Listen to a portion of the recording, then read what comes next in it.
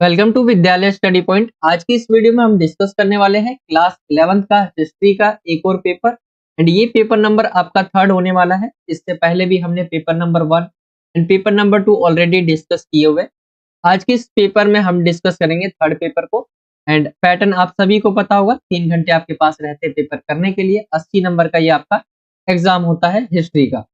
इसके पैटर्न की बात करें तो यहाँ पे आपका पैटर्न है जिसमें बताया गया है कि 5 सेक्शन होंगे आपके पेपर के अंदर, जो कि ए बी सी डी और ई के अंदर जो है डिवाइड होंगे। टोटल क्वेश्चंस आपके 34 होंगे क्वेश्चन पेपर में।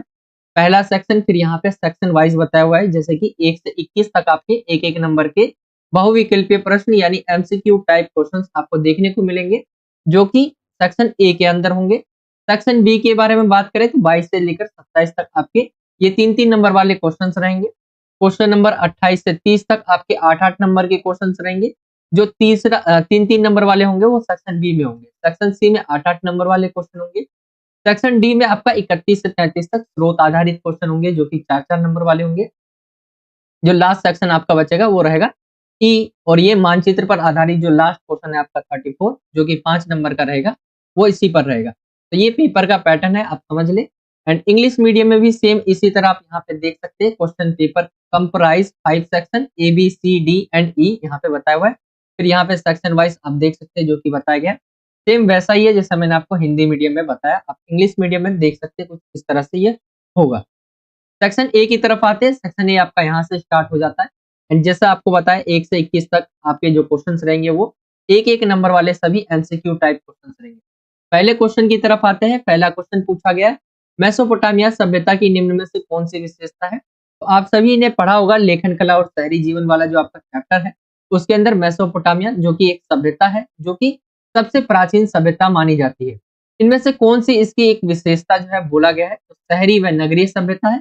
लेखन कला का विकास, सुदूर क्षेत्रों से व्यापार। सुदूर क्षेत्रों का मतलब है, सॉरी, सुदूर सुदूर देशों से व्यापार। सुदूर देशों का मतलब है दूर के देशों से व्यापार करना। एंड यहाँ पे आपको बताना है कि इनमें से कौन सी विशेषता या उपरोक्त सभी, ये आपके ऑप्शन दिए हुए। अगर हम देखें मेसोपोटामिया को, तो ये एक शहरी सभ्यता, इसको अगर हम देखें तो शुरुआत में नगरीय सभ्यता थी। धीरे धीरे जाकर जो है आगे चल के अपने लास्ट टाइम पे ये नगरीय सभ्यता का रूप भी ले लेती है। एंड इसीलिए इस जो विशेषता में हम इसे रख सकते हैं नगरीय सभ्यता। लेखन कला का विकास यहीं पर हुआ, जैसा कि मैंने आपको पढ़ाया था कि लेखन कला का किस प्रकार जो है क्रमबद्ध तरीके से आपको जो है वर्णन किया गया था, मैंने आपको पढ़ाया था ऑलरेडी। सुदूर देशों से जो है व्यापार के हमें इससे मिलते हैं कि हमने यहाँ की जगह के सामान को दूसरे देशों में अगर हम पाए हैं, तो वहां से हमें पता चलता है कि दूसरे देशों से व्यापार भी किया करते हैं। उपरोक्त सभी, ऑप्शन घ इसका राइट आंसर होगा। उपरोक्त सभी, ये सभी विशेषताएं जो है मेसोपोटामिया की ही है। इंग्लिश मीडियम में देखिए, which of the following is the capacity of Mesopotamian civilization. Urban civilization, development of writing art, trade with जो है डिस्टेंट जो है countries, all of the above. तो यहाँ पे राइट आंसर आपका ऑप्शन डी निकल कर आ जाएगा। वीडियो में आगे बढ़ने से पहले एक इंपॉर्टेंट इन्फॉर्मेशन है बच्चों, तो बड़े ध्यान से समझिएगा। अगर आप अपने फाइनल एग्जाम की तैयारी को नेक्स्ट लेवल पर ले जाना चाहते हैं और उन बच्चों की कैटेगरी में शामिल होना चाहते हैं जो लास्ट टाइम पर भी तैयारी करके अपने फाइनल एग्जाम्स के अंदर बहुत अच्छे मार्क्स स्कोर करते हैं, तो आप हमारे द्वारा बनाए गए सैम्पल क्वेश्चन पेपर्स को ले सकते हैं।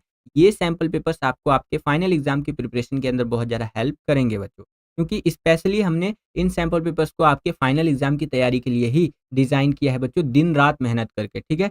और सैंपल पेपर्स के अंदर आपको ऐसे-ऐसे क्वेश्चन मिलेंगे बच्चों, जो कि पिछले 10 साल का अगर आप पेपर उठा करके देखेंगे तो मोस्ट ऑफ द टाइम ये क्वेश्चंस रिपीट होकर के आ रखे हैं। यानी कि इन क्वेश्चंस की जो सैंपल पेपर में आपको देखने को मिलेंगे, इनकी आपके फाइनल एग्जाम में आने की संभावना बहुत ज़्यादा है, ठीक है। अभी आपको पता है आपके 4 फाइनल एग्जाम्स हो चुके हैं, जिसमें से आपका पॉलिटिकल साइंस, इंग्लिश, हिंदी और फिजिकल एजुकेशन का पेपर हो चुका है।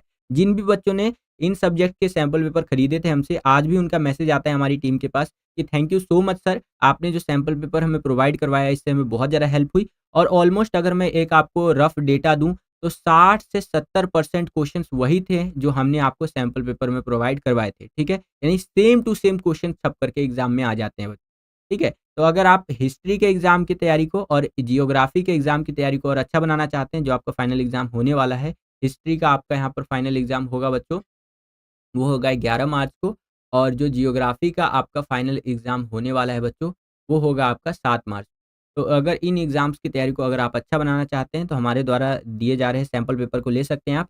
और दोनों ही सब्जेक्ट के आपको 10-10 सैंपल पेपर का पीडीएफ देखने को मिलेगा, ठीक है? जो कि एक बुक के फॉर्मेट में होगा, लेकिन पीडीएफ होगा, ठीक है? और विद सॉल्यूशन के साथ ये रहने वाला है।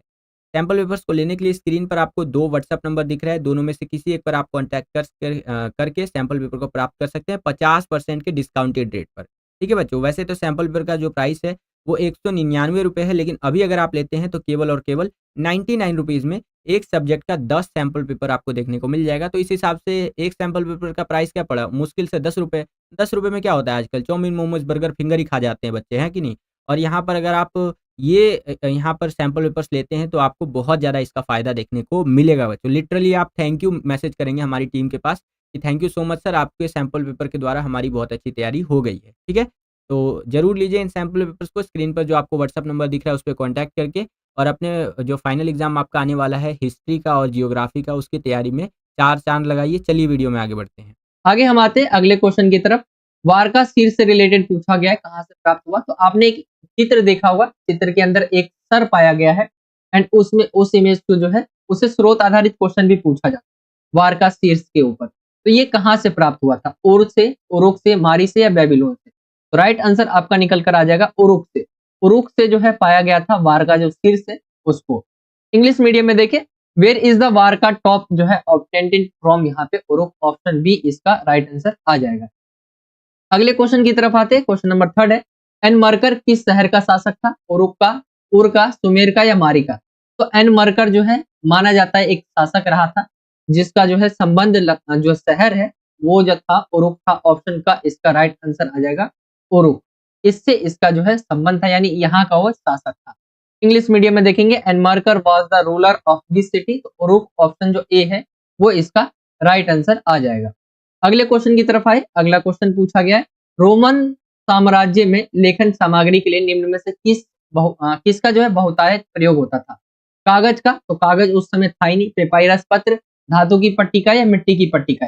देखिए मिट्टी की पट्टिकाओं के बारे में आपने पढ़ा होगा, उसके अंदर जो मेसोपोटामिया की सभ्यता है कि किस तरह से हुआ। लेकिन यहाँ पे पूछा गया है रोमन साम्राज्य के बारे में कि वहां पर लेखन सामग्री के लिए निम्न में से किसका बहुतायत यानी बहुत ज्यादा प्रयोग किया जाता था? तो ये था पेपाइरस पत्र। ऑप्शन का इसका राइट आंसर होगा। पेपाइरस एक पौधा होता है एंड उसी के पत्तों का यूज करके जो है उसी के ऊपर लिखा करते थे एंड उसी का सबसे ज्यादा यूज होता था। ऑप्शन ख इसका राइट आंसर हो जाएगा। अगले क्वेश्चन इसी को अगर आप इंग्लिश मीडियम में देखें, which of the following was used जो है extensively for writing material in the Roman Empire? तो यहाँ पे पेपाइरस जो लेटर ऑप्शन बी है वो इसका राइट आंसर आ जाएगा। अगले क्वेश्चन की तरफ आएंगे, क्वेश्चन नंबर 5 है, उत्तर में रोमन साम्राज्य की सीमा का निर्धारण निम्न में से कौन सी नदी करती थी? राइन, डैन्यूब, दजला, फरात या का व खा दोनों? अगर हम देखें दजला और फरात वो आपका मेसोपोटामिया के अंदर चला जाएगा एंड यहाँ पे रोमन साम्राज्य के बारे में पूछा गया है कि रोमन जो साम्राज्य था उसकी जो सीमा थी वो थी उत्तर की जो सीमा थी उसके बारे में पूछा गया किस नदी द्वारा जो है सीमा का निर्धारण किया जाता था? अगर देखें हम राइन और डेन्यूब इन दोनों के द्वारा। ऑप्शन घ इसका राइट आंसर आ जाएगा, का एव खा दोनों के द्वारा। ठीक है, इंग्लिश मीडियम में देखिए, which of the following rivers determined the boundary of the Roman Empire in the north? यहाँ पे देखिए बोथ ए एंड बी सही हो जाएगा आपका, option D Rhine and Danube. अगले क्वेश्चन की तरफ आए, अगला क्वेश्चन पूछा गया 6, प्रिंसिपेट की स्थापना किसने करी? सीजर ने, जस्टियन ने, ऑगस्टस ने या टिब्रियस ने? ये आपके ऑप्शन है एंड यहाँ पे इसका राइट आंसर हो जाएगा प्रिंसिपेट, जिसकी स्थापना ऑगस्टस ने की थी। ऑप्शन ग इसका राइट आंसर आ जाएगा। एंड इंग्लिश मीडियम में देखिए, हु एस्टेब्लिश्ड द प्रिंसिपेट? तो यहाँ पे ऑगस्टियस, ऑप्शन जो सी है वो इसका राइट आंसर आ जाएगा। अगले क्वेश्चन की तरफ आते हैं, अगला क्वेश्चन है, मंगोलों से रिलेटेड पूछा गया कि मंगोलों का प्रमुख व्यवसाय क्या था, यानी काम उनका क्या था प्रमुख? तो आपके सामने ऑप्शन है, कृषि था, पशुपालन एवं शिकारी संग्राहक, ज्योतिष या शिल्पकारी? ये आपके सामने ऑप्शन है। एंड मंगोलों के बारे में फेमस है वो पशुपालन और शिकार किया करते थे एंड ऑप्शन ख इसका राइट आंसर आ जाएगा, पशुपालन एवं शिकारी संग्राहक। इसी को इंग्लिश मीडियम में देखें, what was the main occupation of the Mongols? तो यहाँ पे एनिमल जो है हस्बेंड्री एंड जो है हंटर गैथरर। तो ये आप पढ़ सकते हो, ऑप्शन बी इसका राइट आंसर आ जाएगा। आगे हम आते हैं क्वेश्चन नंबर 8वें की तरफ। क्वेश्चन नंबर 8वां है, बर्बर एक यूनानी भाषा का शब्द है जिसका अर्थ है, आपको बताना है, तो बर्बर का मतलब आप सभी यहाँ की तरह आज के समय जो वर्ड यूज किया जाता है देखिए बर्बर, और खासकर हमारे देश में तो ये माना जाता है बहुत ही क्या है, हिंसक है। ठीक है, बर्बर यानी बहुत क्रूर है, खराब है, ऐसा यूज किया जाता है। बट यूनानी शब्द का ये जो है एक यूनानी शब्द है जिसका मीनिंग आपको बताना है आपकी किताब के अकॉर्डिंग जो है ये गैर यूनानी है। जो यूनानी नहीं होते थे, गैर यूनानी होते थे, उनके लिए यूज किया जाता था बर्बर। ऑप्शन ग इसका राइट आंसर निकल कर आ जाएगा। एंड इसी को इंग्लिश मीडियम में देखें, barbarian is a Greek word which means, तो यहाँ पे आपका नॉन ग्रीक जो लोग हुआ करते थे उनके लिए यूज किया करते थे। तो ये ऑप्शन सी इसका सही हो जाएगा। क्वेश्चन नंबर 90 की तरफ आए। क्वेश्चन नंबर 90 है, चीन की जो महान दीवार है का निर्माण क्यों किया गया? आज भी आप देखते होंगे ग्रेट वॉल ऑफ चाइना जिसे कहते हैं इंग्लिश में, चीन की महान दीवार, उसका जो है निर्माण क्यों किया गया था? राज्य की सुंदरता में वृद्धि के लिए, व्यापार में वृद्धि के लिए, कृषि क्षेत्र में किलेबंदी के लिए, या यायावर कबीलों के आक्रमण से चीन की सुरक्षा के लिए। तो चीन की जो महान दीवार है वो बनाया गया था यायावर कबीलों से जो है जो आक्रमण किया करते थे उससे जो है चीन की सुरक्षा हो सके। ऑप्शन घ इसका राइट आंसर हो जाएगा। इंग्लिश मीडियम में देखिए, why was the great wall of China built? तो यहाँ पे आप देख सकते हैं ऑप्शन दिया हुआ है, to increase the beauty of the state, to increase business, for fortification in agriculture area, for the protection of China from the attack of nomadic tribes. तो ये आपका ऑप्शन डी इसका राइट आंसर आ जाएगा। जो यायावर कबीले थे उनसे जो है चीन की सुरक्षा हो सके, इसीलिए इसको बनाया गया था। क्वेश्चन नंबर 10 को देखें, सामंतवाद जर्मन शब्द जो है फ्यूड से बना है जिसका अर्थ क्या होता है? कृषक, आपसी विवाद, भूमि का एक टुकड़ा, या धार्मिक समुदाय। सामंतवाद जो अगर हम देखें तो सामंतवाद राजा के बाद जो हुआ करते थे ना लोग, ठीक है, तीन भागों में देखे, राजा, उसके बीच का, फिर सबसे नीचे जो है कृषक वर्ग आते थे सबसे नीचे स्तर पे, जो इनको बीच वाले को सामंतवाद कहकर जाना जाता था। एंड फ्यूड जो है फ्यूड से बना है जिसका अर्थ क्या है? फ्यूड की मीनिंग पूछी गई है, फ्यूड का मतलब होता है आपका भूमि का टुकड़ा। ऑप्शन ग इसका राइट आंसर हो जाएगा। इसी को इंग्लिश मीडियम में देखिए, federalism is derive from the German word feud which means, तो यहाँ पे अ पीस ऑफ लैंड, यहाँ पे ऑप्शन सी इसका राइट आंसर हो जाएगा। क्वेश्चन नंबर 11 की तरफ आए। क्वेश्चन नंबर 11 पूछा गया, मार्क ब्लॉक के संबंध में निम्नलिखित कथनों पर विचार करिए। मार्क ब्लॉक के बारे में आपको बताना है। एंड यहाँ पे देखिए, रोमन साम्राज्य का शासन था, ये गलत हो जाएगा। उन्होंने भूगोल के महत्व द्वारा मानव इतिहास को जो है गढ़ने पर जोर दिया था, ये सही हो जाएगा। प्रथम विश्व युद्ध में नाजियों द्वारा गोली मारकर हत्या हो गई थी, ये आपका गलत हो जाएगा। ये तीसरा पॉइंट है। एंड चौथा है, उन्होंने सामंती समाज जो है ग्रंथ लिखा, तो ये सही हो जाएगा। अगर हम देखें मार्क ब्लॉक के बारे में, तो उन्होंने भूगोल के महत्व द्वारा मानव इतिहास के गढ़ने पर जोर दिया था। एंड उन्होंने सामंती समाज पर जो है ग्रंथ लिखा था, तो ये दोनों सही है। एंड यहाँ पे हमें ऑप्शंस में पहला, दूसरा और चौथा देखना है। एंड राइट आंसर ऑप्शन ख निकल कर आ जाएगा इसका, तो ये हो जाएगा ख।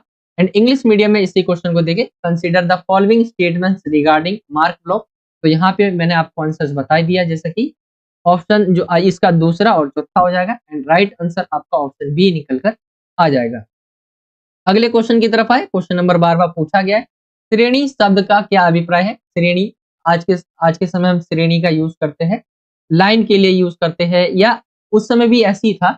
अगर देखिए आपके सामने ऑप्शन दिया है, भिक्षुओं के रहने के स्थान को, एक ऐसी संस्था जो उत्पाद की गुणवत्ता, मूल्य एवं बिक्री पर नियंत्रण रखती थी, नगरों में रहने वाला व्यापारी वर्ग, या चंद्र पंचांग पर आधारित एक त्योहार।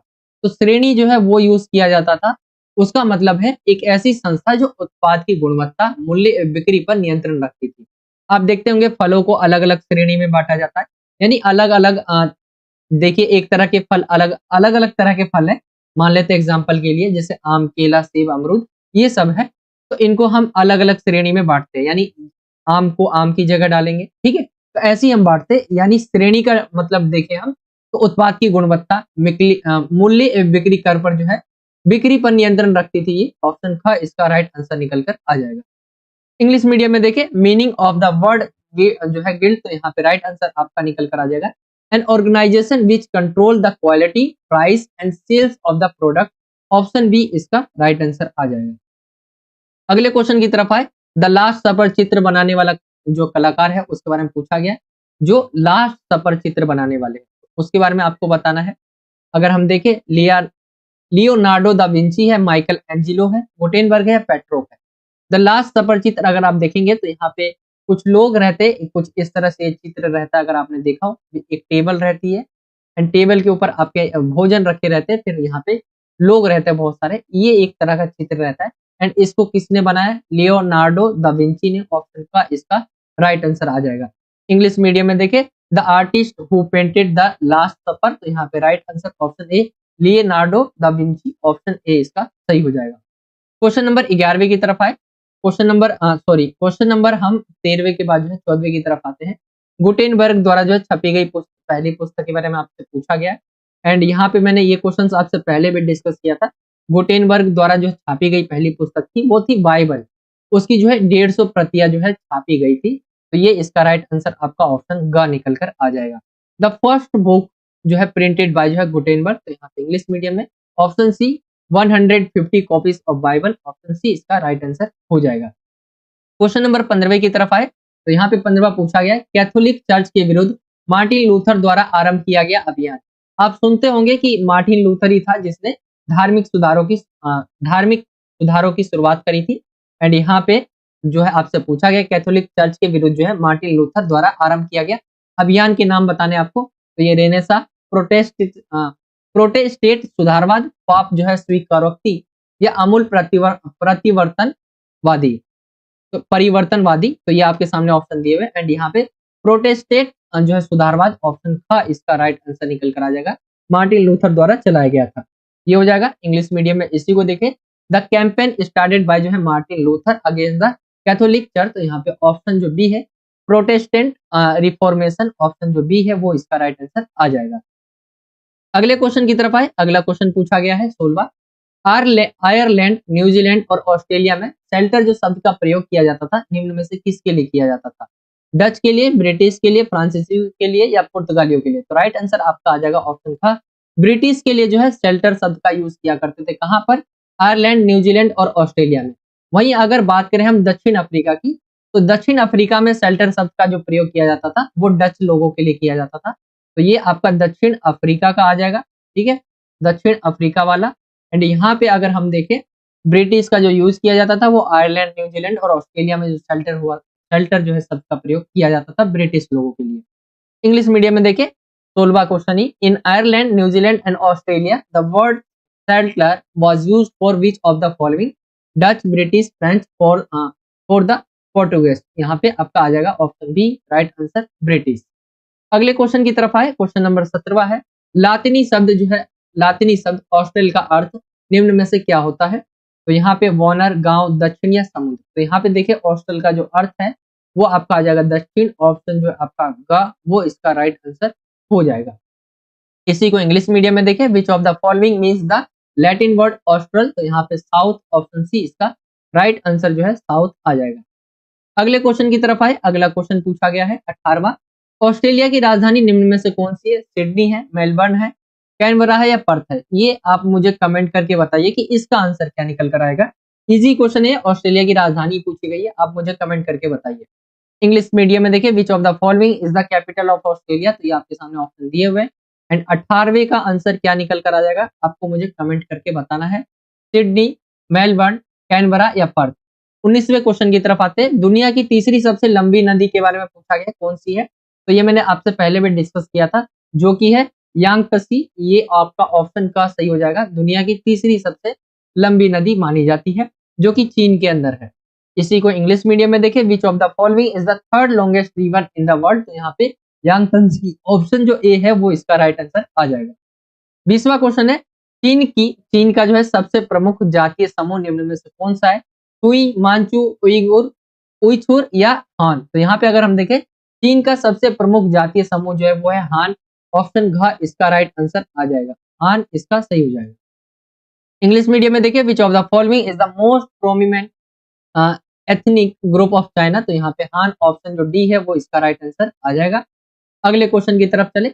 अगला क्वेश्चन है 21वां पूछा गया, निम्न में से कौन सा जापान का प्रमुख द्वीप नहीं है?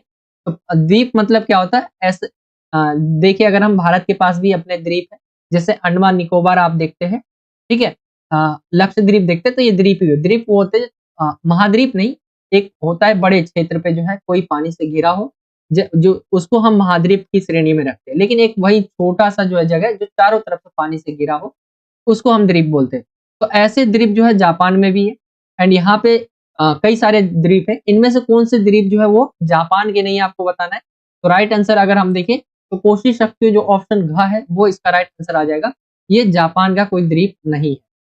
ये इसका राइट आंसर आ गया। इंग्लिश मीडियम में देखिए, which of the following is not a major island of Japan, तो यहाँ पे ऑप्शन डी इसका राइट आंसर आ जाएगा, कोशिश सकते हो। तो ये आपका सेक्शन 1 कंप्लीट हो जाता है, जिसके अंदर हमने देखे सभी एमसीक्यू क्वेश्चन जो कि 1 से 21 तक रहेंगे आपके सेक्शन ए में। एंड यहाँ पे हमने इससे पहले भी कई सारे एमसीक्यू किए हुए हैं, आप उनको भी जरूर जाकर देख लेना। ये आपका सेक्शन 1 कंप्लीट हो जाता है। अब हम बढ़ते हैं सेक्शन बी की तरफ। उसके अंदर जो क्वेश्चंस रहेंगे उसको हम डिस्कस कर लेते हैं। सेक्शन बी यहाँ से स्टार्ट हो जाता है आपका। एंड ये इसके अंदर जो है 22 से लेकर आपका 27 तक क्वेश्चन रहेगा। 22वीं में आपका और रहेगा और 27वीं में भी और रहेगा। तो 2 क्वेश्चन में आपको और देखने को यानी अथवा देखने को मिलेगा। आइए इसके ये जो है सभी 3-3 मार्क्स वाले क्वेश्चन है, ये याद रखें। मेसोपोटामिया की भौगोलिक स्थिति के बारे में पूछा गया है कि भौगोलिक स्थिति का मतलब होता है, इतना आप समझ के चले कि भौगोलिक में आता है आपका प्रकृति, ठीक है? यहाँ पे आप प्रकृति आता है पूरी तरह से, प्राकृतिक स्थिति का वर्णन करें। यहाँ पे नदियों के बारे में, यहाँ के पहाड़, पर्वत, ठीक है? यहाँ के जानवरों के बारे में आप बात कर सकते हैं, यहाँ के पेड़ों के बारे में आप बात कर सकते हैं। तो भौगोलिक का मतलब ये होता है। एंड यहाँ पे इसकी स्थिति को अगर हम देखें, मेसोपोटामिया आप सभी जानते होंगे जो इराक के अंदर है। एंड इराक जो है भौगोलिक विविधता वाला देश है, यानी भारत को भी देखेंगे तो भौगोलिक रूप से भारत जैसे उत्तर की तरफ देखेंगे, उत्तर की तरफ देखेंगे तो ठंड पड़ती है, दक्षिण की तरफ देखेंगे तो गर्मी रहती है, ठीक है? यहाँ पे इसके अगर हम वेस्ट साइड यानी पश्चिम की तरफ देखें तो रेगिस्तान है। ये आप एग्जाम्पल मतलब हम भारत में देखते हैं। ऐसे ही आपको इराक के अंदर बताना है, यानी मेसोपोटामिया इराक के अंदर ही था। तो अगर हम देखें, इराक भौगोलिक विविधता वाला देश है। इसके पूर्वोत्तर भाग में हरे भरे मैदान है, जिनमें छायादार पेड़ व पर्वत श्रृंखलाएं हैं। यहाँ पे बात हो रही है जो मेसोपोटामिया यानी इराक की है। अगर आप इराक के मैप को देखे होंगे तो कुछ ऐसा दिखता है इराक का मैप, ठीक है? मैं सही से ना बना पाऊं, ऐसा दिखता है। तो इसके उत्तर में देखें तो सॉरी, इसके पूर्वोत्तर भाग में हरे भरे मैदान है, जिनमें छायादार पेड़ व पर्वत श्रृंखलाएं हैं। यहाँ पर्याप्त वर्षा होने से यहाँ फसल अच्छी हो जाती है, यानी वर्षा सही हो जाती है यहाँ पे। एंड फसल भी अच्छी होती है। भेड़ बकरियां यहाँ उगने वाली छोटी छोटी झाड़ियां और घास से अपना जो है पेट भर लेती है। पूर्व में दजला की सहायक नदियां, यहाँ पे नदियों के बारे में बताया हुआ है। जैसे यहाँ पे दजला, पूर्व में जो है दजला की सहायक नदियां ईरान के पहाड़ी प्रदेशों में जाने के लिए परिवहन का अच्छा साधन है, ठीक है? यानी यहाँ से इराक से जो है ये ईरान जा सकते हैं जो नदियों के माध्यम से। एंड दजला एवं फरात नदियों ने इस मैदान को सुंदर, रमणीय, हरा भरा तथा उपजाऊ बनाया है। तो यहाँ की भौगोलिक स्थिति कुछ इस तरह से आप लिखेंगे। मेसोपोटामिया, चाहे वो इराक की भौगोलिक स्थिति पूछ ले आपसे या मेसोपोटामिया की पूछ ले, ठीक है? तो ये इसका राइट आंसर हो जाएगा। इसी को इंग्लिश मीडियम में देखें, describe the geographical location of Mesopotamia. तो Iraq is a country of geographical diversity, यहाँ पे आप पढ़ सकते हैं इंग्लिश मीडियम में जो दिए हुए पॉइंट से। मैं आपको हिंदी मीडियम में एक्सप्लेन कर दे रहा हूँ एंड इंग्लिश मीडियम में आपको देख सकते हैं पॉइंट को, मैं आपको दिखा देता हूँ, ठीक है? ये पॉइंट होंगे आपके इंग्लिश मीडियम में। इसी के अंदर जो है और दिया जाएगा आपका 22वीं में, जैसा कि मैंने आपको बताया और रहेगा। एंड मेसोपोटामिया में परिवार व शादी के लिए कैसे नियम थे। आज के समय हम अब देखते हैं कैसे नियम रहते हैं शादी के लिए। जैसे कोर्ट मैरिज होती है, चाहे वो अपने हमारी जो भी सामाजिक रीति रिवाज रहती है उसके अकॉर्डिंग होता है। आपको बताना है मेसोपोटामिया के बारे में कि वहां पे जो शादी हुआ करते थे किस तरह से होते थे। तो समाज में एकल परिवार ही, परिवार व शादी दोनों के बारे में आपको बताना है, शादी के लिए कैसे नियम थे। तो समाज में एकल परिवार ही आदर्श माना जाता था। पिता परिवार का मुखिया होता था, जैसे आज के समय भी होता है। शादी की शुरुआत में वधु के जो माता पिता अपनी सहमति देते थे। विवाह की रस्म पूरी होने पर दोनों पक्ष उपहारों का आदान प्रदान करते थे, जैसे आज के समय भी होता है। फिर एक साथ भोजन किया करते थे। मंदिर में पूजा करने के बाद सास नव वधु को लेने आती थी। शादी के बाद जो है पुत्र जो है माता पिता के पास ही रहता था। यानी देखे तो उस समय भी ऐसा ही था, लड़की जो है लड़के के घर आती थी। पिता का घर हो गया, पशुधन खेत आदि उसके पुत्रों को ही मिलता था। और नगर में गलियां जो है संकड़ी टेढ़ी मेढ़ी थी। तो ये आप पढ़ सकते हैं इसके बारे में। एंड सेम आज की तरह ही है, जैसे शादियों के बारे में देख लिया और परिवार के बारे में देख लिया, तो सेम आज की तरह ही है। जैसे पिता का जो घर होता था, पिता के बाद जो है वो उसके बेटे को ही मिलता था। यहाँ पे ये चीजें आप पढ़ सकते हैं, यानी परिवार और शादी के बारे में आप समझ गए होंगे मेसोपोटामिया में कैसी स्थिति थी। इसी को इंग्लिश मीडियम में देखें, what were the rules for family and marriage in Mesopotamia, please clarify. तो यहाँ पे आप देखेंगे, यहाँ पे जो है फैमिली जो थी वो कंसिडर्ड आइडियल इन सोसाइटी, यहाँ पे आप पढ़ सकते हैं। The father was the head of the family, यहाँ पे हुआ करते थे। ये आप पढ़ सकते हैं, इंग्लिश मीडियम में आपके पॉइंट्स दिए हुए हैं। ठीक है, ये आपके पॉइंट है, आप इन्हें पढ़ सकते हैं इंग्लिश मीडियम में। आगे की तरफ हम चलते हैं अगले क्वेश्चन की तरफ। क्वेश्चन नंबर है आपका 23 एंड इसमें पूछा गया है रोम साम्राज्य के पतन के क्या कारण थे, संक्षिप्त विवरण दीजिए। रोमन जो साम्राज्य है उसके बारे में कहा जाता है कि उसके रीजंस क्या-क्या थे कि उसका पतन हो गया, यानी वो नष्ट हो गया, ऐसे क्या कारण थे। तो रोमन साम्राज्य के पतन की प्रक्रिया में बाहरी आक्रमणों का योगदान रहा है, यानी बाहर से आकर जो है उनके बाहर से आने वाले लोगों के द्वारा इनके ऊपर आक्रमण किया गया, एक कारण ये माना जाता है। उत्तर में जर्मन के मूल समूहों द्वारा आक्रमण, फिर यहाँ पे बताया हुआ कि किन-किन के द्वारा, जैसे उत्तर में जर्मन मूल के समूहों के द्वारा आक्रमण हुआ, एक कारण ये है। सभी बड़े प्रांतों पर अधिकार और अपने राज्य स्थापित, स्पेन में विसिगोथ, गॉल में फ्रैंक, ये इन्होंने जो है, ये आप कह सकते हैं एक ये कारण था, तथा इटली में लोम्बार्डो का राज्य, तो जो है ये कई भागों में बटा हुआ था एंड ये भी एक कारण था। आगे अगर हम देखें, ईरान के ससानी वंश के शासकों द्वारा पूर्वी प्रांतों पर आक्रमण किया गया, भीषण युद्ध के पश्चात पूर्वी रोम अरबों के अधिकार में। तो यहाँ पे अगर हम देखें तो एक तो रोमन साम्राज्य क्या है, बिखर गया था, टूट गया था एंड धीरे-धीरे क्या है, अगर आप देखेंगे पहले के समय अगर भारत को भी देखेंगे, तो भारत को आप देखते हैं तो वहाँ पे आप दक्षिण में देखेंगे कोई और राजा था, उत्तर में कोई और राजा था, ठीक है? ऐसे पूर्व और पश्चिम में कोई और राजा था। ऐसे-ऐसे क्या है वो टूटता गया। तो ऐसे ही देखेंगे रोमन साम्राज्य भी कई जो है राजाओं से, मतलब आपने देखा होगा कई सारी जो है कार्टून देखे होंगे जिसमें जैसे आता है एक छोटा भीम, उसके अंदर ढोलकपुर का अलग राजा होता है, फिर वहीं पे और भी होते हैं जगह तो उनके अलग राजा हुआ करते थे। तो इसकी वजह से एक पूरा क्षेत्र जो है टूटा हुआ था एंड धीरे-धीरे अगर दूसरों ने आक्रमण कर दिया तो धीरे-धीरे क्या है, रोमन साम्राज्य का पतन ही हो जाएगा। एंड यहाँ पे ये मेन रीज़न जो था इसका पतन होने का वो था आक्रमण, बाहरी आक्रमण इसके अंदर आप डालेंगे। तो ये आपके पॉइंट्स हो जाएँगे। एंड इसी को इंग्लिश मीडियम में देखें, what were the reason for the decline of the Roman Empire, give a brief description. तो यहाँ पे आप पढ़ सकते हैं, external invention contributed to the decline of the Roman Empire and किस तरह से थे, ये आप पॉइंट्स देख सकते हैं। तो ये आपका हो जाएगा इंग्लिश मीडियम में। आगे की तरफ आए, अगला क्वेश्चन है आपका 24वां, मंगोलों की सामाजिक स्थिति के बारे में पूछा गया है कि मंगोलों की सामाजिक स्थिति कैसी थी। मंगोल यानी मंगोलिया आप सभी जानते होंगे, आप सभी भारत के मैप को ही जानते होंगे, उससे ऊपर जाएंगे आप तो यहाँ पे आपको नेपाल उत्तर प्रदेश के ऊपर मिलेगा। फिर उसके आगे की तरफ जाएंगे तो वहां से चीन शुरुआत हो जाता है, चीन की। एंड चीन को ही अगर आप देखेंगे कुछ इस तरह से चीन है, फिर उसी के ऊपर जो है मंगोलिया एक देश है, उसके बारे में है कि मंगोल की सामाजिक स्थिति का वर्णन करना है आपको। एंड पशुपालक मध्य एशिया की घास के मैदान में रहते थे। पशुपालक के बारे में बताया गया है कि मध्य एशिया की घास के मैदान में रहते थे, यहाँ छोटे-छोटे शिकार उपलब्ध थे। ये आप लिख सकते हैं, शिकारी संग्राहक साइबेरिया, जैसे कि मैंने आपको बताया कि मंगोलों की जो है एक प्रमुख जो जीवन निर्वाह था वो एक तरह से पशुपालक किया करते थे और शिकार किया करते थे। शिकारी संग्राहक साइबेरिया वनों में रहते थे तथा पशुपालकों की तुलना में वो गरीब होते थे। आगे हम आए तो चारण क्षेत्र में जो है साल की कुछ अवधि में कृषि करना संभव, परंतु मंगोल ने कृषि को नहीं अपनाया था।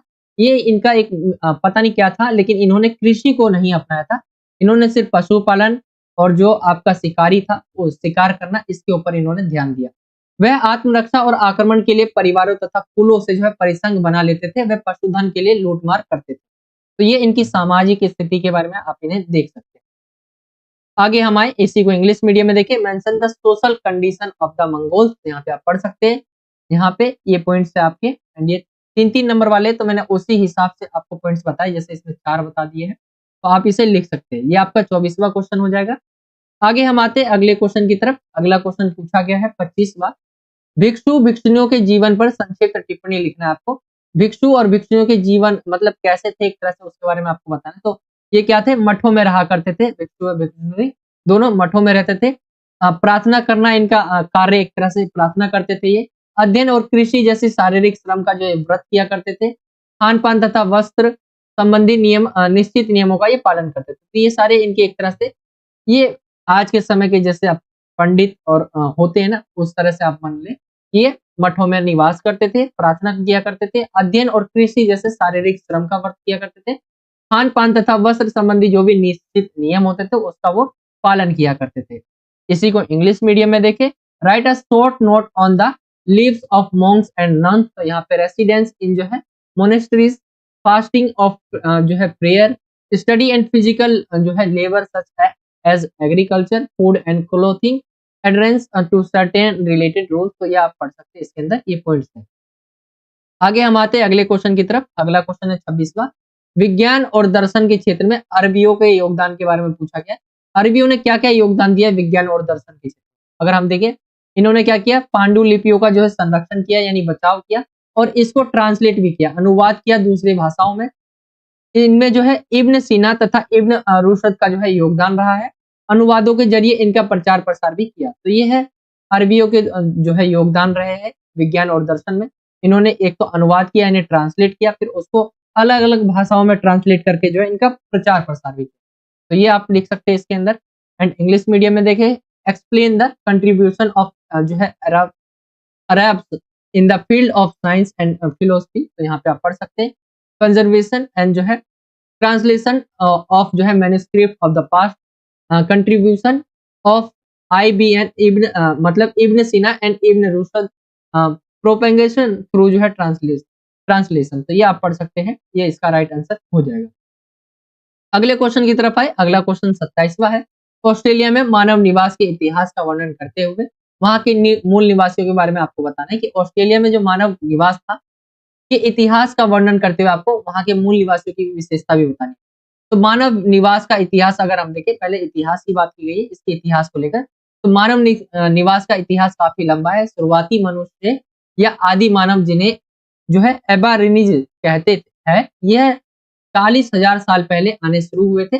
ऑस्ट्रेलिया के साथ एक भू सेतु से जुड़े न्यू गिनी से आए थे। यह लोग बाहर से नहीं आए थे, अपितु प्रारंभ से ही वहीं रहते थे। ठीक है। विशेषता अगर हम देखें तो यहाँ के मूल निवासी जो है 350 से 750 तक जो है अपनी भाषा थी।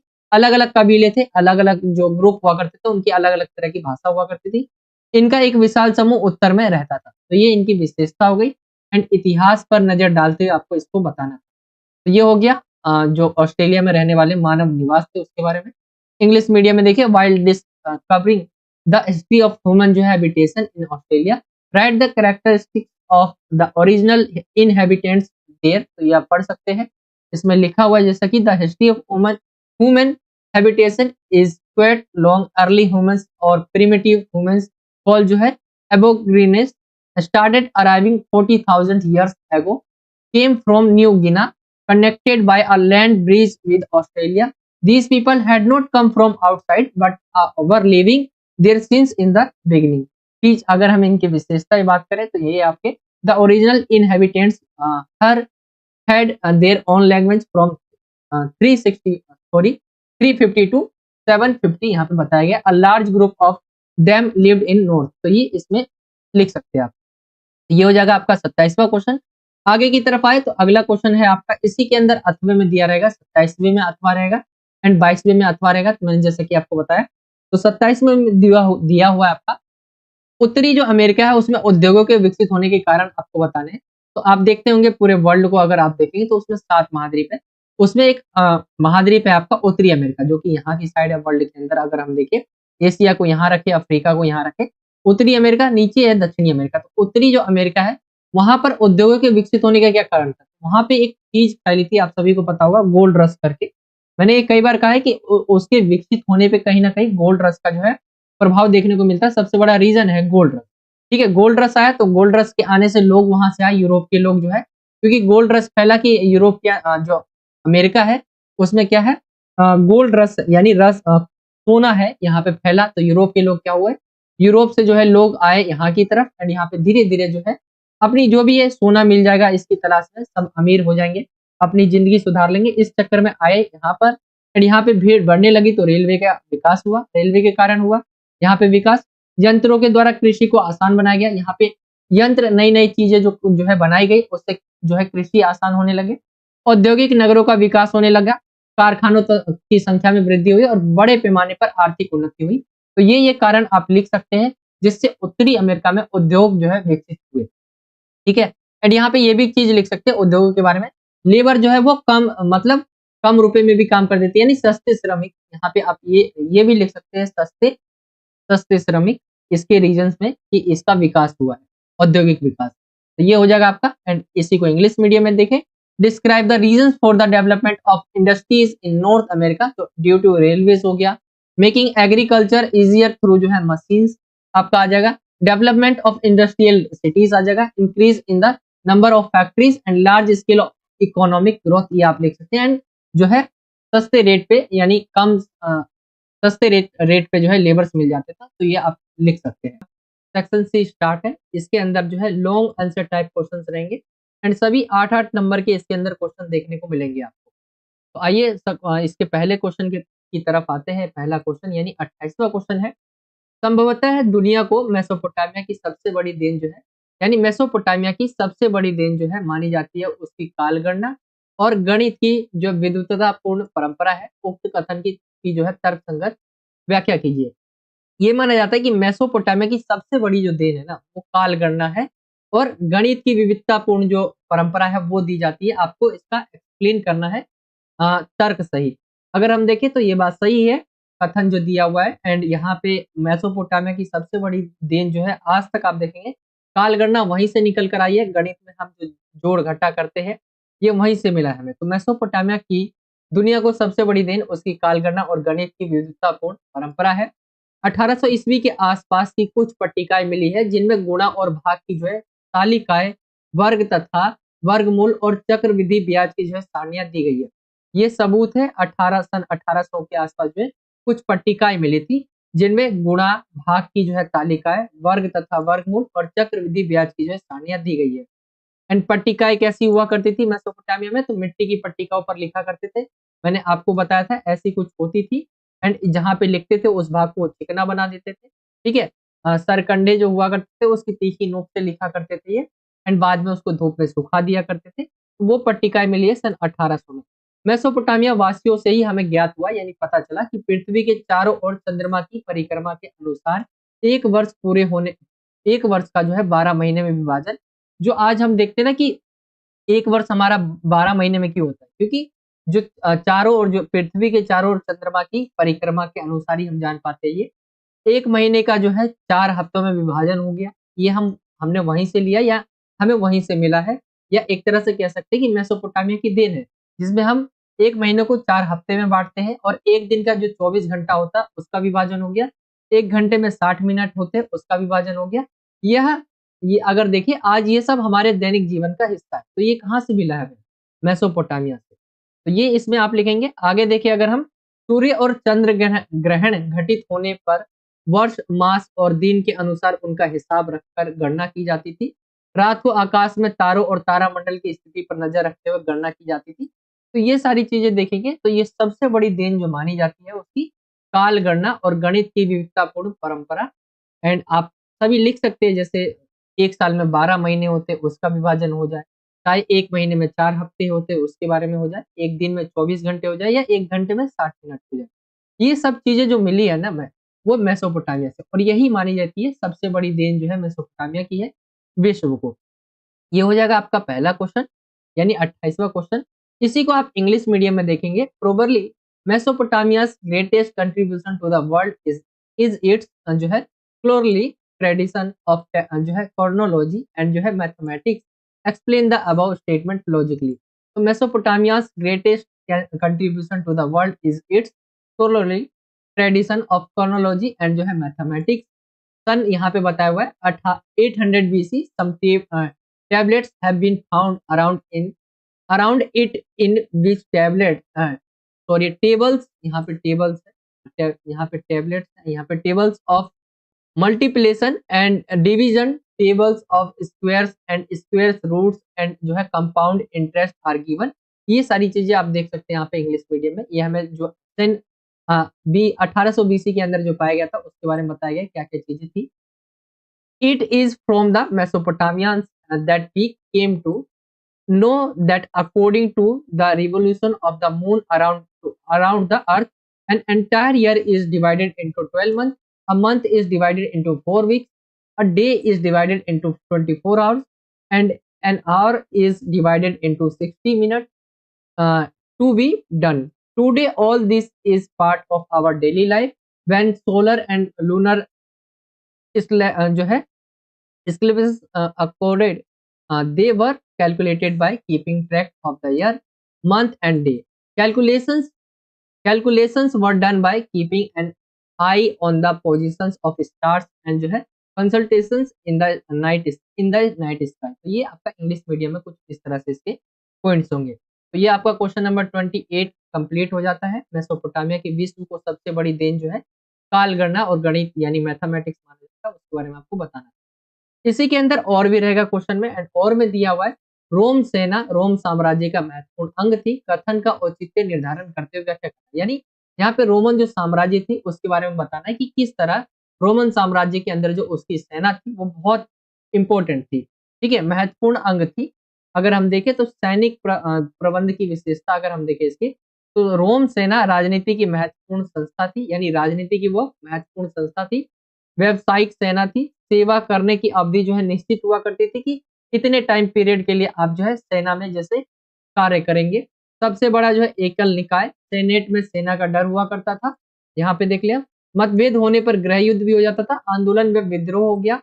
शासक अथवा सम्राटों का भाग्य निर्धारित करने की शक्ति थी इनके पास। तो ये कह सकते हैं सेना जो है महत्वपूर्ण अंग थी रोमन साम्राज्य का, उसी के अंदर सारी चीजें थी।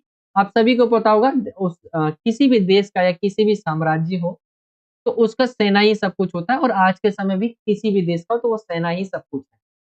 तो यहाँ पे आप इन पॉइंटों को एक्सप्लेन करेंगे, या आप 8 पॉइंट देख रहे होंगे, एंड इंग्लिश मीडियम में देखेंगे explain by justifying the statement the Roman army was an important part of the Roman Empire. तो यहाँ पे अगर हम देख ले क्या क्या मैनेजमेंट है मिलिट्री, तो यहाँ पे देखेंगे important institutions of Roman military जो है politics, professional army, period of service to be fixed, largest single body, fear of army in senate, civil war due to differences, movement and जो है rebellion, यहाँ पे power to determine the fate of rulers और जो है एम्पेरियर्स। तो ये आप लिख सकते हैं ये पॉइंट्स इंग्लिश में। तो ये आपका क्वेश्चन नंबर जो आपने 28वां देखा उसी का ये अथवा। आगे चलते हैं हम अगले क्वेश्चन की तरफ। अगला क्वेश्चन पूछा गया 29वां, शासक अब पिरामिड के शिखर पर नहीं था, यानी शासक अब पिरामिड के शिखर पर नहीं था जहां राजभक्ति विश्वास और आपसी निर्भरता पर टिकी थी, अपितु वह अब दरबारी समाज और आश्रयदाता अनुयायी तंत्र का केंद्र बिंदु था। यूरोप की नई शासन व्यवस्था के संदर्भ में इस कथन के बारे में आपको बताना है। तो यहाँ पे अगर हम इसके आंसर्स को देखें तो 12वीं व 13वीं शताब्दी में हुए सामाजिक परिवर्तन नए राजतंत्रों की सफलता का कारण। यहाँ पे अगर हम डाल दें तो 12वीं और 13वीं शताब्दी में क्या होता है, सामाजिक परिवर्तन होता है, नए राजतंत्रों की सफलता का एक कारण था। जागीरदारी और सामंतशाही के विलय और धीमे आर्थिक विकास से शासक प्रभावशाली। आगे देखिए हम 15वीं व 16वीं शताब्दी में शासकों का सैनिक व वित्तीय दृष्टि से शक्तिशाली होना, शासकों द्वारा विशाल तोपों व बंदूकों से जो है सुसज्जित सेना का गठन, अभिजात द्वारा जो है राजसत्ता के केंद्रीयकरण का विरोध, अभिजात वर्ग का विरोध नए शासकों की गोली की शक्ति प्रदर्शन के समक्ष टुकड़े टुकड़े, अभिजात वर्ग ने अपने अस्तित्व को बचाने के लिए स्वयं को राजभक्तों में बदला, और यहाँ पे लॉर्ड जो पहले शासक थे अब प्रशासनिक सेवाओं में महत्वपूर्ण स्थानों पर शासकों को शक्तिशाली लोगों का समर्थन चाहिए था।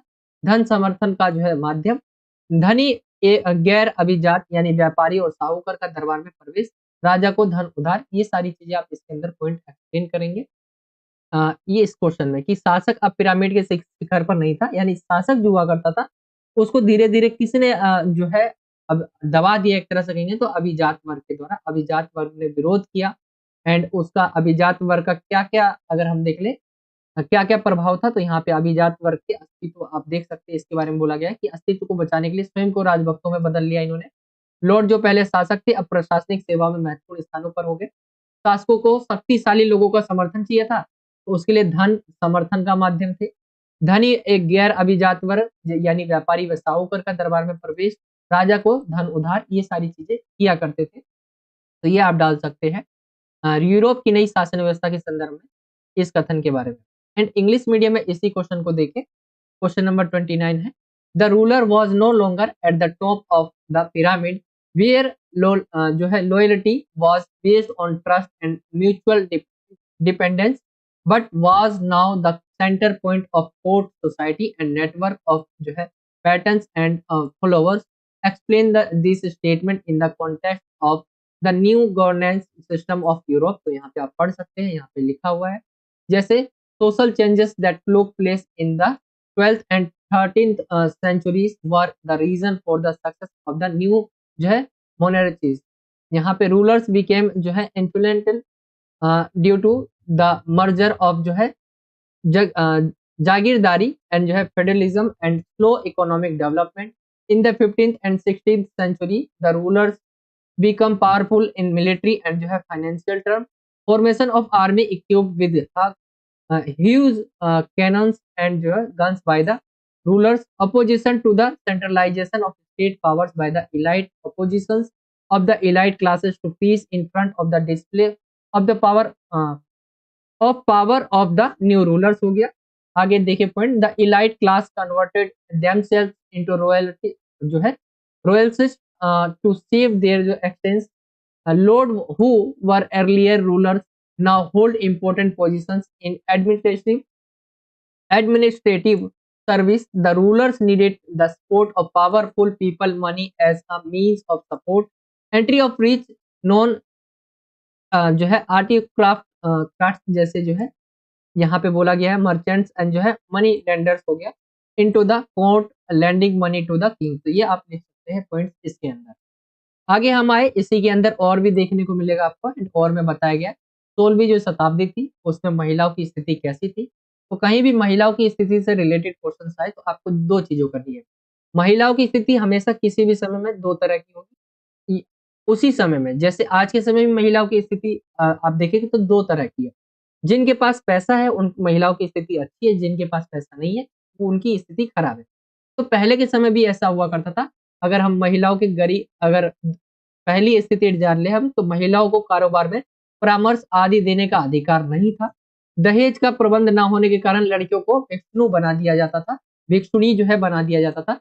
सार्वजनिक जीवन में महिलाओं की कोई भागीदारी जो है एक तरह से कम थी. व्यापारी अगर यहाँ पे बताया गया अब व्यापारी महिलाओं के बारे में कि इनको जो है दुकान को चलाने का अधिकार था. कुछ महिलाओं ने बौद्धिक रूप से रचनात्मक कार्य किए जैसे वेनिस निवासी कसांद्रा हैदले जो यूनानी और लातिनी भाषा की विद्वान थी.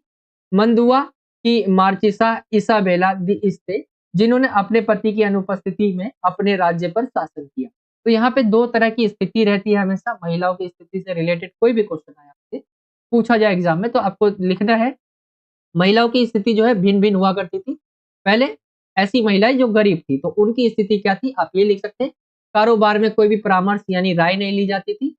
इनको जो है अगर प्रबंध दहेज का प्रबंध नहीं हो पाता था एंड तो उन लड़कियों को क्या है भिक्षुणी बना देते थे वो भिक्षुणी. महिलाओं की भागीदारी जो है सार्वजनिक जीवन में बहुत कम थी.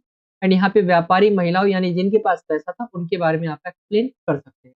इंग्लिश मीडियम में देखें describe the status of women in 16th century. So women did not have the right to give advice etc in business due to lack of dowry. Girls were made जो है made nuns. Women's participation in public life was less. Women in merchant families had the right to run shops. Some women did जो है intellectually create work such as जो है Cassandra जो है Fedle of जो है Vinci who was a scholar of Greek and Latin. जो मर्चेसा एसाबेला दी इस्ते of जो है मंदुआ who ruled the who ruled her kingdom in the absence of her husband. तो ये आप लिख सकते हैं महिलाओं की स्थिति के बारे में status of women in 16th century में क्या थी. ये आपका हो जाएगा क्वेश्चन नंबर 29 कंप्लीट. ये आपका अथवा था 29. अगले क्वेश्चन की तरफ चले तो अगला क्वेश्चन पूछा गया है गोल्ड रश से क्या तात्पर्य है. गोल्ड रश के कारण अमेरिका में हुई औद्योगिक वृद्धि को स्पष्ट करें. तो मैंने आपसे कई बार डिस्कस किया गोल्ड रश को लेकर. गोल्ड रश है क्या. तो गोल्ड रश एक ऐसा आप समझ ले कि न्यूज फैली थी जिसमें क्या है यूरोप के जो काफी न्यूज ये थी. सबसे पहले तो न्यूज ये जानिए कि अमेरिका जो है उसमें गोल्ड की खोज यानी सोना है एंड यूरोप के लोग जो है बहुत ज्यादा मात्रा में जो लोग हैं एकदम से जो है वो आ जाते हैं अमेरिका एंड वहाँ पे जो है भारी पॉपुलेशन बढ़ने लग जाती है एंड इसी ने जन्म दिया फिर अमेरिका में विकास को औद्योगिक वृद्धि को. तो गोल्ड रश मिले इसने गोल्ड रश के जन्म दिया. ये उस आपदापी का नाम है जिसमें 1840 में संयुक्त राज्य अमेरिका के कैलिफोर्निया में सोने के कुछ चिन्ह मिलते हैं. संयुक्त राज्य अमेरिका उसका एक स्टेट है कैलिफोर्निया. वहां पर कुछ सोने के चिन्ह मिलते हैं जहां पर चिन्ह जो है मिलते हैं हजारों की संख्या में आतुर फिर यूरोपीय लोग चुटकियों में अपनी तकदीर संवारने की उम्मीद से अमेरिका पहुंच जाते एंड इससे वो जब आते हैं तो डायरेक्ट नॉर्मल सी बात है, आएगा कोई भी दूसरे देश से तो पॉपुलेशन बढ़ेगी, इससे क्या होगा, उद्योगों में देखिए गोल्ड रश के कारण पूरे अमेरिका महाद्वीप में रेलवे लाइन का निर्माण हो गया। क्यों? क्योंकि लोगों में क्या है, बहुत ज्यादा लोग आकर बसने लगे थे, रेलवे लाइन का निर्माण हुआ, हजारों की संख्या में चीनी श्रमिक की नियुक्ति हुई, रेलवे के साथ समाज जो है बनाने के लिए जो है उद्योग विकसित हुए, बड़े पैमाने पर कृषि करने वाले यंत्रों का विकास हुआ, क्योंकि इतने लोगों को खिलाना भी था, तो कृषि को भी पर भी जो है ध्यान दिया गया कि इनके लिए क्या है, यंत्रों को बनाया जाए ताकि आसान हो कृषि करना। संयुक्त राज्य अमेरिका और कनाडा में औद्योगिक नगरों का विकास हुआ। तो ये आप एक्सप्लेन करेंगे गोल्ड रश का मतलब क्या है, गोल्ड रश के कारण अमेरिका में हुई औद्योगिक वृद्धि को स्पष्ट करना था, तो कुछ इस तरह से हो जाएगा ये। आई होप कि आप समझ गए होंगे, इंपॉर्टेंट क्वेश्चन है ये बहुत।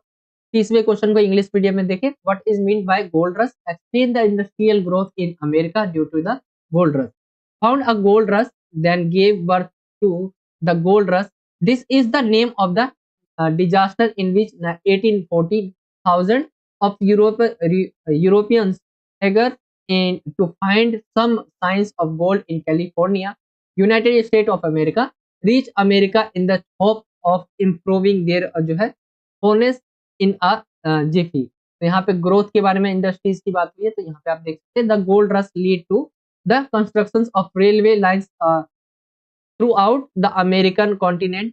Thousands of Chinese workers जो है were appointed. Industries for making railway equipment developed. Production of agriculture machinery started on a large scale. Industrial cities developed in the United States of America and Canada. तो ये आप English medium में explain करेंगे। ठीक है, तो ये हो जाएगा आपका क्वेश्चन नंबर 30। इसी के अंदर अथवे में क्वेश्चन पूछा गया है। अथवे में क्या है, जापान और चीन के बारे में पूछा गया है कि जापान और चीन ने आजाद और आधुनिक राष्ट्र बनने के लिए बिल्कुल अलग-अलग राहें अपनाई। विस्तार से वर्णन करना, विस्तार से आपको व्याख्या करनी है, यानी आधुनिक राष्ट्र बनने के लिए इन्होंने क्या है, अलग-अलग नीतियाँ अपनाई है, अलग-अलग रास्ते अपनाए हैं। तो जापान के बारे में बात करें तो इन्होंने क्या अपनाया है, जापान अपनी आजादी बनाए रखने में सफल रहा और पारंपरिक हुनर और प्रथाओं को नए तरीके से इस्तेमाल कर पाया। कुलीन वर्ग के नेतृत्व में आधुनिकीकरण ने उग्र राष्ट्रवाद को जन्म दिया और शोषणकारी सत्ता को बरकरार रखा। औपनिवेशिक साम्राज्य की स्थापना की, जिससे उस क्षेत्र में बैर की जो है भावना बढ़ी। पश्चिमी साम्राज्यवादी ताकतों की नकल करते हुए अपने हल जो है फिर वो खुद स्वयं जो है ढूंढने की कोशिश करते हैं। नए और रचनात्मक तरीके इस्तेमाल किए गए, जैसे नई विद्यालय व्यवस्था के बारे में आपने क्वेश्चन देखा होगा। सम्राट के प्रति जो है वफादारी, नैतिक शास्त्र का पढ़ना अनिवार्य कर दिया गया था, निष्ठावान नागरिकों का निर्माण आदि। यहाँ पे देखेंगे तो ये जापान है जिसने अलग राह अपनाई अपने एक तरह से जो है आधुनिक राष्ट्र बनने के लिए, ये हो जाएगा। चीन को अगर हम देखें तो चीन ने क्या किया, चीन में पश्चिमी और जापानी साम्राज्यवाद ने राजनीतिक और सामाजिक व्यवस्था को तोड़ने का माहौल बना दिया। 19वीं और 20वीं सदी में परंपराओं को ठुकराया गया और राष्ट्रीय एकता और सुदृढ़ता के लिए नए रास्ते की तलाश की गई। लोगों को अधिकार और सत्ता देने की बात की, परंतु वास्तव में केंद्रीकृत राज्य की स्थापना करी। दमनकारी राजनीतिक व्यवस्था लागू की गई, तथापि शिक्षा का विस्तार हुआ और लोगों के बीच जागरूकता पैदा हुई। बाजार संबंधी सुधारों के द्वारा आर्थिक दृष्टि से ताकतवर बनने में सफलता प्राप्त करी। तो ये चीन के बारे में आप डाल सकते हैं आंसर्स। एंड इसी को इंग्लिश मीडियम में देखें, Japan and China took completely different path to become independent and modern nations, explain in detail. तो जापान के बारे में जैसे कि बताया है, Japan was able to maintain its independence and use traditional skill and practices in new ways. Modernisation led by the elite class give rise to extreme nationalism and जो है मेंटेन्ड जो है एक्सप्लोटिव पावर। यहाँ पे आप लिख सकते हैं, establish the colonial empire which increased the feeling of hatred in that region, tried to find their own solution imitating the western and जो है imperialist powers। New and creative method were used like new school system, loyalty to imperial, compulsory reading of moral scriptures, creation of loyal citizens etc। तो ये Japan के बारे में English medium में है। And यहाँ पे चाइना के बारे में देखें तो दिया हुआ है, वेस्टर्न एंड जैपनीज जो है imperialism in China created an environment for the breakdown of the political and social system in the 19th and 20th century। traditions were rejected and new paths were out for national unity and strength, talked about giving rights and power to the people, but actually established a centralized state. A repressive political system was imposed. However, education expanded and awareness was created among the people. Achieved success in becoming economically powerful through market related reform. तो ये आप लिख सकते हैं इसके answer में English medium में। तो ये आप सभी के 8-8 नंबर के जो सेक्शन सी वाला क्वेश्चन रहेगा वो कंप्लीट हो जाएगा। फिर इसके बाद आपका सेक्शन डी आ जाएगा जिसके अंदर स्रोत आधारित क्वेश्चन आपसे पूछे जाएंगे जो कि 4 मार्क्स के रहेंगे। तो 31वां क्वेश्चन देखें, ये आपका सोर्स दिया हुआ है एंड बोला गया है नीचे दिए गए स्रोत को पढ़िए और उसके नीचे दिए गए प्रश्नों के आंसर देखिए। तो ये वार का शीर्ष है, वार का शीर्ष से लेकर आपका इमेज भी आ सकता है, ऐसी बात नहीं मैंने इमेज नहीं लिया है। यहाँ पे एक सर रहता है उसके बारे में, उसी को वार का शीर्ष कहते हैं एंड इसके बारे में ये आपका स्रोत आया है। पूछा गया है वार का शीर्ष को कब बनाया गया और किस पत्थर को तराश कर बनाया गया था। तो यहाँ पे पढ़ सकते हैं आप 3000 ईसा पूर्व उरुक नगर में स्त्री का ये सिर एक सफेद संगमरमर को तराश कर जो है बनाया गया था। तो ये आप पढ़ सकते हैं, इसका टाइम दे दिया गया है और सफेद संगमरमर उसको तराश कर बनाया गया था। स्त्री का सिर किस प्रकार बनाया गया था और उसकी क्या विशेषता थी? तो इसकी आंखों और भौं में क्रमशः नीले, लाजवर तथा सफेद सीपी काले डामर की जड़ाई जाती थी।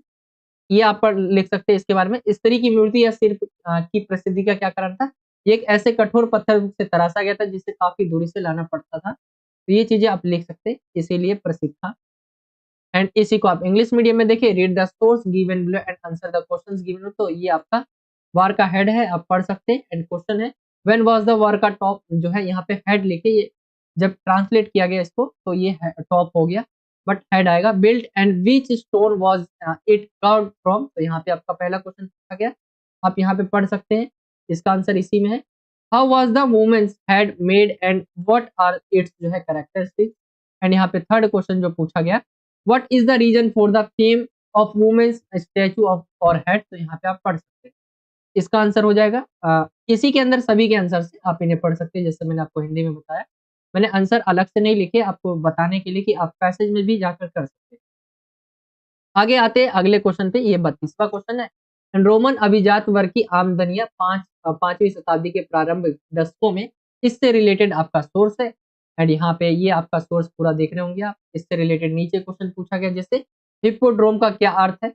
रोम में द्वितीय श्रेणी के परिवारों की प्रति वर्ष आय कितनी थी और रोम के ऊंचे घरानों के पास क्या क्या संसाधन। अगर देखिए हिप्पोड्रम का क्या अर्थ है, तो यहाँ पे बताया गया हिप्पोड्रम एक घुड़दौड़ का मैदान हुआ है। ठीक है, यहाँ पे बताया हुआ है रोम में द्वितीय श्रेणी के परिवारों की प्रति वर्ष आय कितनी थी। तो यहाँ पे ये भी मिल जाएगा आपको। यहाँ पे देखेंगे बहुत से रोमन परिवारों को अपनी संपत्ति से प्रति वर्ष 4000 पाउंड सोने की आय प्राप्त होती थी। तो यहाँ पे बोला गया है रोम में द्वितीय श्रेणी के, अगर देख ले तो यहाँ पे बताया हुआ है रोम के ऊंचे घरानों के पास क्या क्या संसाधन थे। यहाँ पे 4000 है। रोम में द्वितीय श्रेणी के परिवारों की आय यहाँ पे 1000 से 1500 पाउंड बोला गया है। ठीक है, तो ये द्वितीय के बारे में यहाँ पे इसका राइट आंसर हो जाएगा। मैं लिख देता हूँ 1000 से लेकर आपका 1500 जो पाउंड था वो इसका राइट आंसर होगा। एंड रोम के ऊंचे घरानों के पास क्या क्या संसाधन थे, तो आप बता सकते हैं रोम के ऊंचे घरानों में प्रत्येक के पास अपने आप में वैसा कुछ मौजूद था जो एक मध्यम आकार के शहर में हो सकता है। जैसे एक घुड़दौड़ का मैदान हो गया, अनेक मंच मंदिर हो गया, फव्वारे और विभिन्न प्रकार के स्नानागार। बहुत से रोमन परिवारों ने अपनी संपत्ति से प्रतिवर्ष 4000 पाउंड सोने की आय प्राप्त की थी। तो इनके बारे में आप लिख सकते हैं जिसमें अनाज, शराब और अन्य उपज जो है शामिल नहीं थी। यानी इसमें आप घुड़दौड़ का मैदान हो गया, अनेक मंच मंदिर, फव्वारे और विभिन्न प्रकार के स्नानागार आप इसके अंदर लिखेंगे आंसर में। तो ये आपका हो जाएगा दूसरा सोर्स। एंड इसी को आप इंग्लिश मीडियम में देख सकते हैं। इनकम ऑफ द रोमन जो है aristocracy of in the early decades of the 5th century, ये आपका लिखा हुआ है। एंड यहाँ पे आप पढ़ सकते हैं, आपका सोर्स है। नीचे आपके क्वेश्चन जैसे what is the meaning of जो है हिप्पोड्रोम। तो यहाँ पे आप पढ़ सकते हैं हिप्पोड्रोम मीन्स बताया हुआ है जैसे कि इस पैसेज के अंदर। ये आपको इसी के अंदर सभी के आंसर मिल जाएंगे जैसे कि मैंने आपको बताया।